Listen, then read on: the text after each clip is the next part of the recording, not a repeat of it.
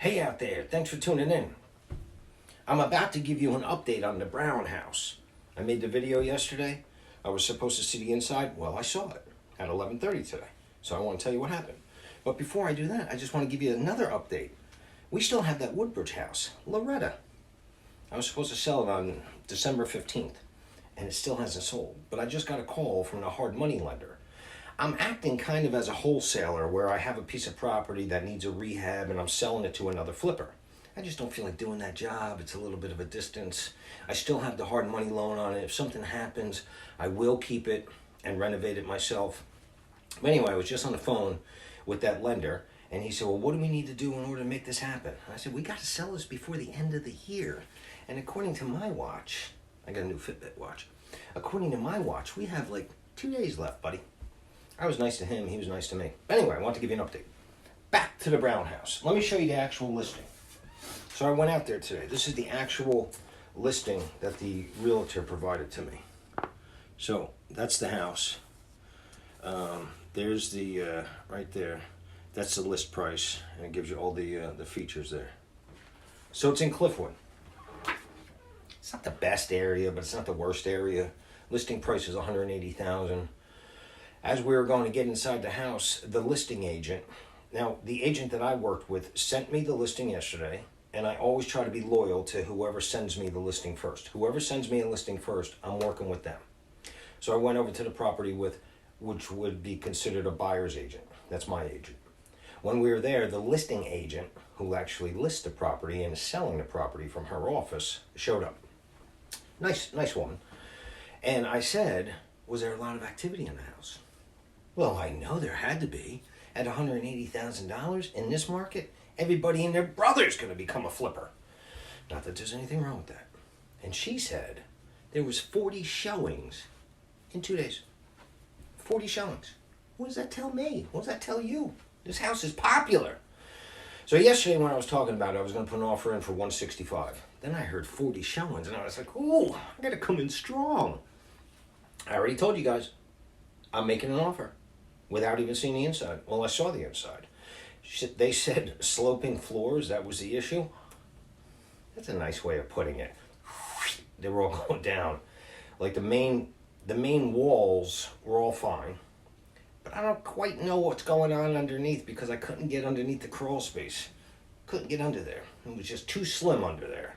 And I've been going to the gym and I still couldn't get all the way under there. Anyway, make a long story short, it doesn't scare me. Doesn't scare you either. Say it. Doesn't scare me either. The floors are sloping. Could it be termite damage? Possibly. Could it be rot? Yeah. Rot in combination with termite damage and it's settling because it's like 70 or 80 years old? Yeah, that's probably it. Do I have to replace all the floor joists? Possibly. So, let me tell you what I'm doing. Yesterday I said I wanted to put an offer in for $165. That's not going to fly with 40. A matter of fact, the realtor that showed me the property said that they're asking for the best and final by tomorrow at 5 p.m. That means tomorrow at 5 p.m., they're making a decision on who they're going to take. So I was going to put in the full asking price of $180. And then I said, you know what? Let's go up to $182 just in case somebody else has the mindset of $180. I'll be kind of strong. This is where my offers and other flippers' offers may be the same, or maybe mine are stronger. My offers come in with a quick closing. I can close in less than 30 days. I'm going to come up with $5,000 if they accept my offer. I'll give them $5,000 right then, and another $5,000 after attorney review. It's going to be considered cash. Even though I'll use a hard money loan for this, it's considered cash because I'm not going to have any contingencies. You know those sloping floors that are scaring the heck out of a lot of people? I'm taking it as is. I'll still have an inspection period in there, but it's only for my peace of mind. I can't back out of the deal. And that's part of the risk and the rewards I've spoken about in this business. If you get in there and all the floor joists have to be new and all new subfloor and all new flooring, then you might bite the bullet. However, there's enough profit here that I'll take that risk. Here's my guesstimates on this house. I think the ARV, which we know what ARV means, after repair value, is going to be between $300,000 and $330,000. So am I putting in a 182 and feeling good with some surprises? Yeah. I think I can get rent. I put 22 to 2,500, but I really think it's going to be closer to 2,500, just to be on the safe side. The rehab budget, I put $25,000 in there, and I put down max.